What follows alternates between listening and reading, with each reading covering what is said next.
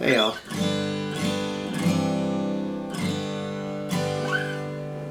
A few months ago, it's a while ago now, we did a little review of the Listen to This Eddie Zeppelin bootleg from June of '77 at the LA Forum. So I wanted I really like that one, and it's a good intro to Zeppelin bootlegs if you're just a casual fan. But I wanted to do another one that I really like. This one is called, well, again, the titles don't really mean much anymore since you get them as, most people download them as files now, so getting it as an album or a CD, doesn't make much sense anymore. But this one used to be called Going to California. And it's my favorite show, September 14th, '71. And it was before the fourth album came out, although they were sort of touring the fourth album in typical Zeppelin fashion. They never really got those right in terms of a tour to promote an album. They just sort of toured whenever and put out albums whenever. There was a vague connection to when the albums would have come out. I guess the closest they would have come in '75, '73, they got pretty close, where the albums came out during the tour, sort of at the front end of the tour. The '77 tour was more of a Song Remains the Same soundtrack film tour than Presence. But this one was, it was actually a year of touring, starting in the spring. They did those UK club, Return to the Clubs tour dates, small places and some universities and stuff. And then, before that, I think they did just a couple of shows in Ireland during the Troubles period. And they were previewing a few different tunes from the fourth album then. Stairway, of course. They did a little bit of an acoustic set. Going to California was in that. And then some of the shows in '71 they did rock and roll as the encore, the last song of the night, which you can imagine for Plant must have been just murder, hitting those notes. And he did hit them, especially like listen to some of the Japan shows, like 9/29/71, where they did rock and roll as the last song of the night. I'm pretty sure that was even after Whole Lotta Love. And Plant, God bless him, hits those high notes on it, sang it just like the album. So in this period, he was still very capable of doing that kind of singing. So the North American tour was August, September. After the U.S. dates, they about 2 weeks after. In fact, this was one of the last dates. Berkeley might have been the last on the 14th. They did the 13th and the 14th at Berkeley Community Center. And then about 2 weeks later, did the Japan shows, a week or two later. And those were also very hot shows, and some fantastic recordings from the Japan shows too. But so the fourth album had been recorded but not released yet. There were the typical delays with the artwork and arguments over whether the name Led Zeppelin and the album title should be put on the record, on the cover of it. And of course, the band finally won that argument, and the album came out with no words on it at all on the outside of it, which is fairly unique. And in fact, not many people know it, but they did exactly the same thing with House of the Holy a couple of years later. Although on that, they compromised and they put that Obi strip, that paper strip inside the plastic wrap that said Led Zeppelin House of the Holy on it. But the actual album cover itself didn't have any text on it or anything. So they were sort of previewing it, and when they did this tour, by the time they did August, September in the U.S., it had been about a year since they had played U.S. dates, the previous September. So it had been a while since they played in the U.S. Probably, well, up to that point, the longest break they'd had for U.S. dates. Also, by now, the crowds were getting a little bit out of control. The Boston show was a little bit nuts. Toronto got a little bit nuts. But these Berkeley shows on the 13th and the 14th were very mellow, as you probably expect in Berkeley. So not too much crowd control. issues for Plant to be telling the people to settle down, which is a thing that would happen all the time back then. but a pretty mellow night by comparison. How was the band at this point? In my opinion, they were at their peak, starting in 70, going through, really through 72, through the Japan dates at the end of 72. For me, that was their peak, and that was before, after that, Plant's voice really started to take a turn. And in fact, I think at that point in early 73, I think he had, node surgery. He had nodes on his throat and had to have surgery. That might explain some of why his voice started to go, and he couldn't hit the high notes in Black Dog anymore. Had to change. For songs like Over the Hills and Far Away, he changed it to a lower melody line. Plus, he was just getting older, man, you know. When I was younger, 25 years ago, I'm 48 now, but 25 years ago, I was one of those people who said, I can't understand what happened to his voice. Gee, it sucked after a while. But, you know, the difference between being 22, 23, and being 30 and 33 is huge in terms of your voice.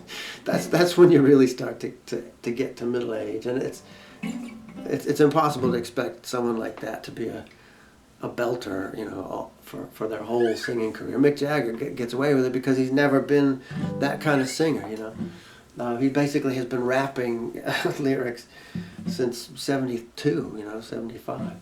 So yeah, this was sort of the end of the golden period for Plant's voice, but still very much in top form on this tour and at this show especially. So in pretty good shape. Jonesy and Bonzo were still, and always were, fantastic. Bonham especially on this show, if you listen, his drumming is like cannon shots. Jimmy, in my opinion, at his peak, and this show might actually be, in my opinion, the high point of Jimmy's playing career on stage. There's really nothing to complain about. You can't fault anything he does in this show, really. We'll get to some of that in a minute. The band was still, this was the waning days of when they would just go on in sort of jeans and t-shirts and stuff. Not really dressed up in stage costumes yet. That came a year later. So they were still not really putting on a show. And in fact, this is when Jimmy was just starting to step out in front and become a real performer. If you watch the DVD of the Royal Albert Hall shows, Jimmy wasn't out there yet. He wasn't the flamboyant Jimmy Page yet. He was still very much the studio guitarist who formed this really great band and had a wild blonde-haired singer at the front. But Jimmy wasn't really the showman yet. You see little glimpses of it when he would do his violin bow stuff. And here he's doing a little bit more, but it wasn't really till 72 that he became Jimmy Page. He became this guy, you know. The Jimmy Page we kind of know today.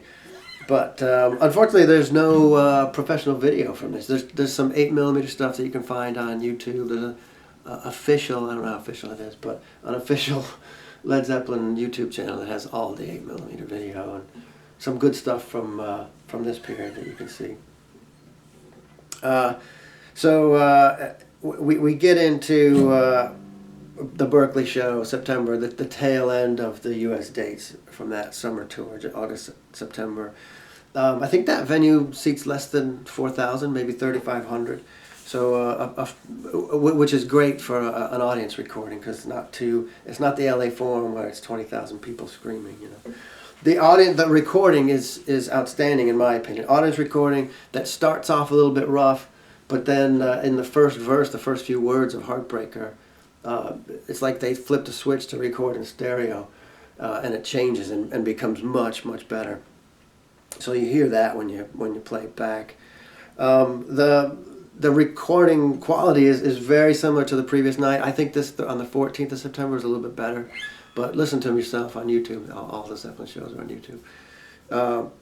And I think this one is just a little bit better. It's also one of the first bootlegs I ever got. And I had it on the old Trademark of Quality Pig label on orange vinyl. Never should have gotten rid of it. But it was sort of my introduction. I had a copy of Blueberry Hill on cassette before this, but this was the first album I had bought. And you know, back then they were like $20. Oh, that's more than an official album, you know. But you had to seek them out at record shows, and you'd get those mom and pop record stores that had them stuck way in the back, in the import section. You know, they called them imports back then. So the hunt for it was fun in those days. But of course now you just download them. The recording of this, there's the legendary story of the plates that they made to stamp the album and the original tapes were thrown into the ocean in around 1980 when the feds were just starting to crack down on bootlegging and stuff. So the guys got paranoid and dumped them all. They took out a boat and dumped them all in the ocean. So supposedly the original plates don't exist anymore. The original masters don't exist. But there's plenty of good vinyl versions that are around that people have digitized and cleaned up. So I have no complaints about the recording quality. This show, the recording, the Going to California recording, is not quite complete. The show probably would have had Celebration Day and probably would have had What Is and What Should Never Be. Those are cut out. There was probably a Moby Dick in there. That one's not in here. The encores maybe would have included. You get the full Whole Lotta Love, but you don't get Communication Breakdown or Rock and Roll, which they might have done.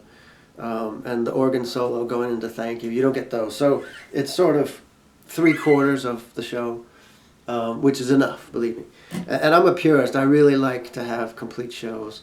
But this one is so good, and I look past the incompleteness of it. So we start with Immigrant Song, which was the typical show opener then.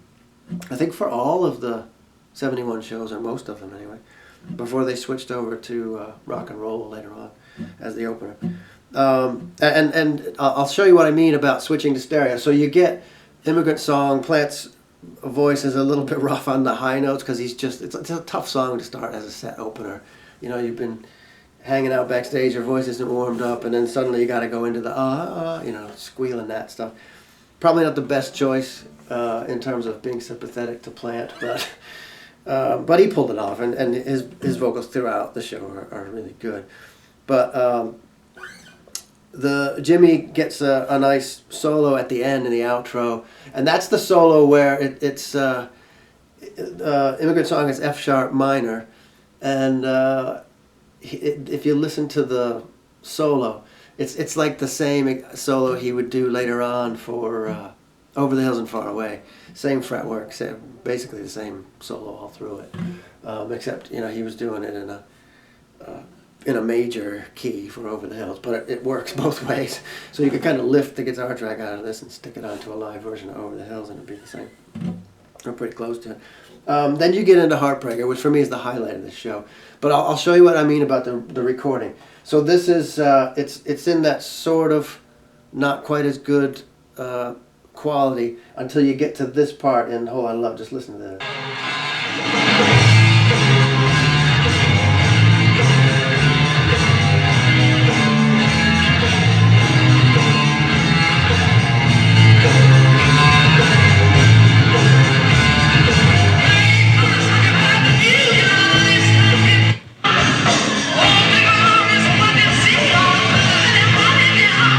So yeah, that's the spot where it changes, and you can hear it, the difference.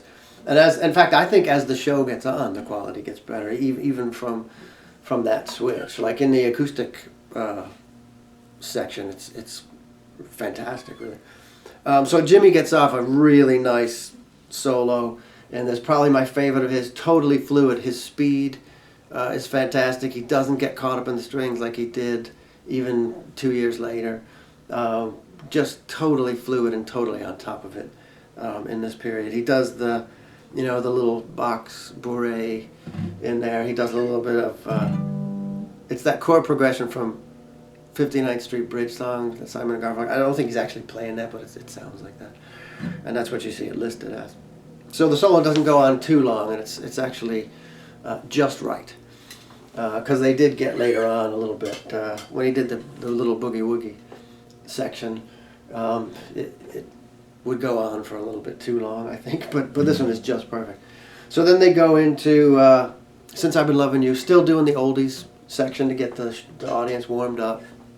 And this is another stellar version, might be my favorite version of Since I've Been Loving You. Still doing it very faithful to the album version then. And there's a few seconds of Jimmy's intro notes cut out, but not so much that it's a big deal. It just almost sounds like the record is skipping and you miss a few seconds, but don't sweat it, it ain't too bad. And another cool thing is when he gets into the solo, you know, he usually would, later on, he would start the solo, he would go into, you know, he would do his pentatonic run to start off really fast. But on this one, he just does some unison bends and kind of eases into the solo. I just love it, man. I wish he would sort of kept that format, you know, later on. But, you know, it evolved over time, and that's cool. So again, that 1, 2, 3 punch of those three to start the show, it's just fantastic. Then they get to Black Dog. Starts with the, and this is before the audience would have ever heard that. You know, the album wasn't out yet, so this was a new tune. And Plant introduces it as Black Dog, and it starts with Out on the Tiles as the intro. So, you know, if you're sitting in the audience, they're like, well, wait a minute, I know this song. This isn't something called Black Dog. This is Out on the Tiles. So it was probably a little head scratching for the first few seconds, but then it gets into it. And it's a great version, very close to the album. Plant changes some of the lyrics around. He does the Sweet Jelly Roll lyric in this one, which I kind of like better than the album version. So it's a nice one. And Jimmy does a really nice outro solo. Doesn't wear out its welcome. Nice and compact, nice and tight. Just another fantastic performance. Dazed and Confused. Plant starts it off by saying, "Oh, I lost my voice because there's a pollution alert today." You never know it from listening to his vocal, because his vocal sounds great to me. The bow solo is not too long. It doesn't drag on too much. And again, that's another one where visually it must have been something to see. Of course, he wouldn't have had the laser periods and everything back then, but it would have still been cool to watch it. But listening to it is a little iffy. But again, it doesn't go on so long that you get really bored with it, I guess. The whole Dazed and Confused is probably 20 minutes ish. So by Zeppelin standards, that's not too bloated. You know, it would get close to double that by the time 75 came along. But this one's not too bad. You can get through it. The sort of sections of the live version of Dazed and Confused, most of them are in place. They're not doing the you know, Flowers in Your Hair or San Francisco Woodstock thing quite like that. But the rest of it, the structure's pretty well in place. It just sort of got a little bit more elaborate over the next few tours. But not a bad Dazed and Confused. One of the few that I'll listen to all the way through, actually. Live versions. Then we're into Stairway, which is a little odd because it's just strange to hear it here before the album came out, before it was getting played on the radio, before it caught fire. Where you hear it sort of in the middle of the set. It's just another song, you know. It's not kept as the closer before the disco ball gets lit up and you leave the stage and come back for the encores. It's just another set piece, really. So very close to the album version. Nice and quiet audience. So you get the whole intro leading up to the sort of fanfare before the guitar solo is nice and quiet. So Bonzo is just totally on form on this. So another one of my favorite performances. This one is one of the better live versions of Stairway, I think. You don't get even people singing along, or when Jimmy hits those first notes of it, you don't get the hurrah, the recognition cheer. You don't get any of that. It's just a song where people really actually wanted to hear it, so that's kind of cool. Then they get into the acoustic set, which might have, I'm not entirely sure, might have had Tangerine in it at the show, but not in this recording. So it might have just been That's the Way into Going to California, and then back into the boogie woogie rock and roll stuff. But it might have had Tangerine in there. I'm not entirely sure on that. But this is I did a cover of this version of That's the Way. My favorite version by far. Jonesy's mandolin playing on that. You hear him doing that electric Fender mandolin. Almost sounds like an electric guitar in some spots. But again, absolutely fantastic. Plant hits the tambourine in the outro. Bonham was backstage drinking his Heineken. But just a lovely, lovely, fantastic version. Then they go into going to California, but you get this long tuning section where Plant is just sort of drinking his tea, trying to kill time. I'm not sure why it took Jimmy so long to get in tune, because here's your open G for That's the Way. Right, to go from that to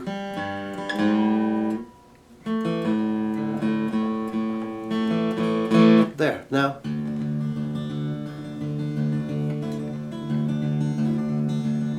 you only have to tune the A string back up to A. So why it takes him 5 minutes to retune one string, I don't know.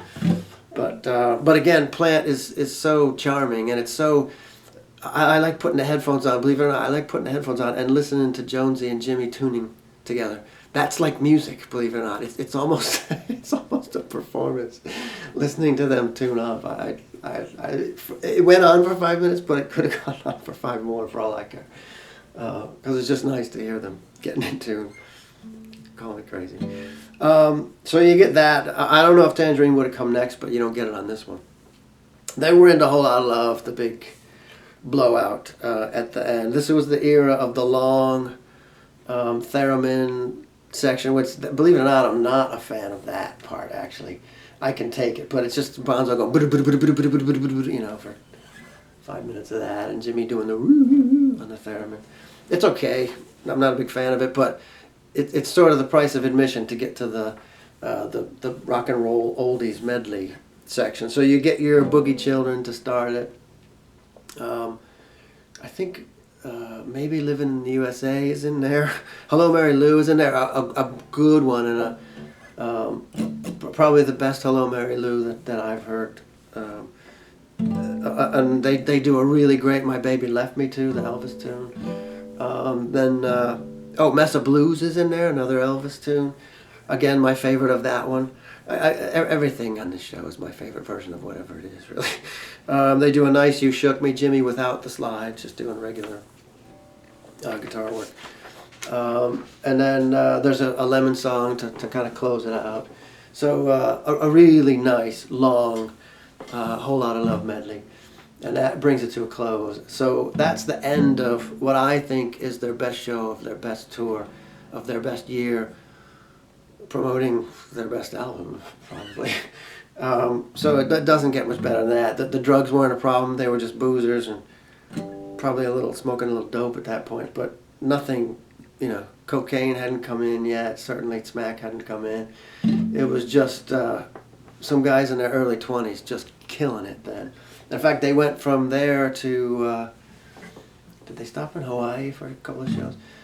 Before they went to Japan, and another string of outstanding, stellar shows in Japan. And that was sort of in terms of live performance, not in terms of popularity, mind you, but in terms of live performance, that was sort of the peak for me. Then it became, then it became the 70s. Then you had to have a stage show and flashpots and lasers, and you had to dress up in women's blouses and all that kind of stuff. And they got a little bit pretentious because the audience demanded, solos that went on for 20 minutes. So they delivered. But if you're just trying to get into a taste of Zeppelin and wondering what all the fuss is about Jimmy Page, and you've heard Destroyer or something, or some other 77 shows, or even some 75 shows that you weren't impressed with, put this one on. September 14th, 1971, Berkeley. And you'll get it. You'll understand what everybody talks about with Jimmy. In fact, if he had kept up that level of performance to the end, which is probably impossible, but if he had kept that up through Zeppelin, he really would.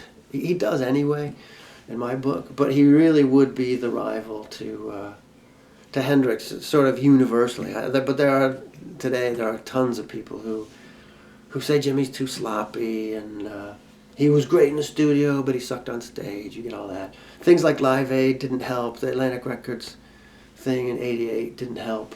Those were huge, high-profile reunions, and he just bombed. The '07 shows in London, in London was a nice return to form. But of course, he's 70 years old at that point, or close to it. So he couldn't possibly be the same, but redeemed in my book. But this show, if Zeppelin died in a plane crash after this show, they would be universally acclaimed as the all-time greatest rock band. I think they ought to be anyway, but there are some people who just think they're too sloppy or something. A criticism I never really understood. But listen to this, Eddie. Listen to this bootleg, and you'll get it. You'll understand. And it's a nice little entree into that period of live Zeppelin. Good luck.